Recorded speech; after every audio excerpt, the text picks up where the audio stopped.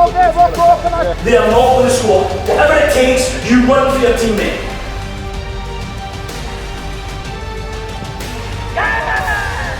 Disappointing for you. Second half in particular, I can't ask any more than The Atlantic Cup.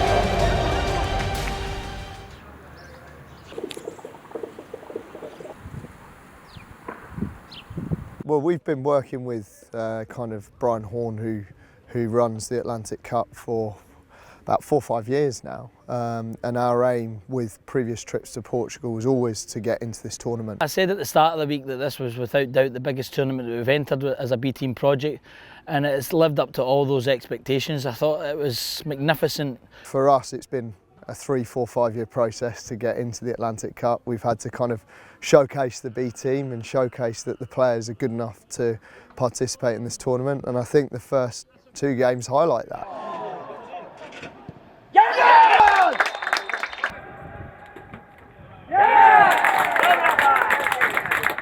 To finish ahead of a number of teams within this tournament has been fantastic. We could have finished higher, no doubt about it. With today's performance, I think we merited more. I think we did 3 great games. There was 3 great games against 3 great clubs. I think the Icelandic team, the first game, were a good, strong side. They had a bit of everything. Second game because we won the game. That was, I think, the more difficult game, but we won this game. It was good to defend like that, to see the boys. Everyone was for everyone. It was good.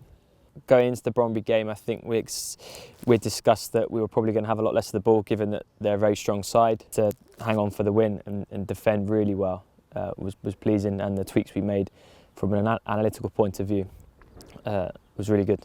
Yeah, it's been a really positive tour. I think it's been really successful that we had a really good win over Brentford, and just it brings the whole B team squad together. I think we were missing a fair few players last time in Cyprus, so this feels like, you know, a proper B team tour, so it was good to get everyone together. The first game against Brentford from Iceland, I thought we had moments at the end in the last 10-15 minutes where we could have scored numerous times, a bit like today against Halmstad. And then the middle game, I think, as we've said, will go down as one of our best performances and best results in our time within the B team project.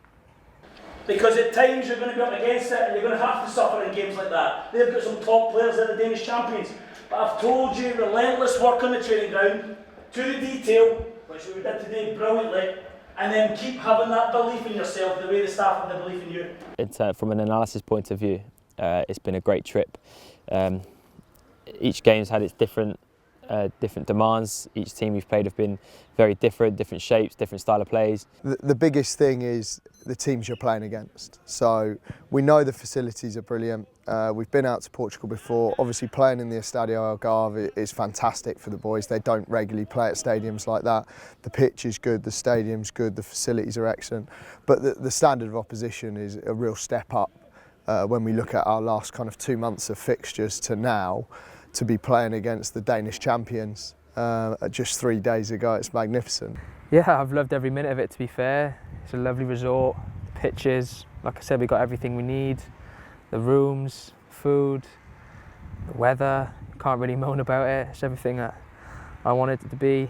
I've already said it, that Neil, Saunds, Purds, you guys, Alf, George, it's like the best kind of coaching and like staff that I've ever kind of been around, and like how the levels of our training, I've never experienced anything, whether that's in a first team environment before, if that's under 18s, youth team, whatever it is, like the way that we play and everything orchestrated is out of this world, and it shows. It's not the issue to have it home, but of course here it's what the tournament football means, that it gives a nice kind of a rhythm where you kind of are preparing for the game.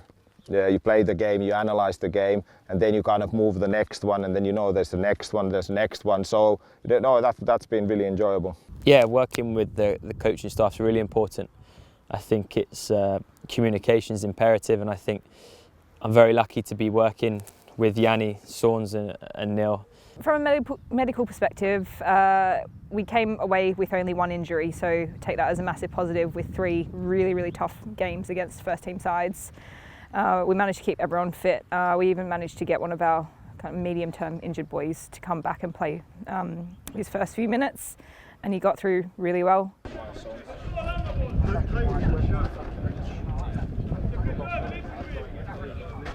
Yeah, I think for Gustav and for Aaron to come out here while they've been rehabbing has been fantastic. Again, period for them. You know, we've had these facilities, the gym that we've spoke about, and it's left them in a good place at the end of the days, as it's left all our players. You know, I think we found the balance of getting good game time into what is a strong, large group.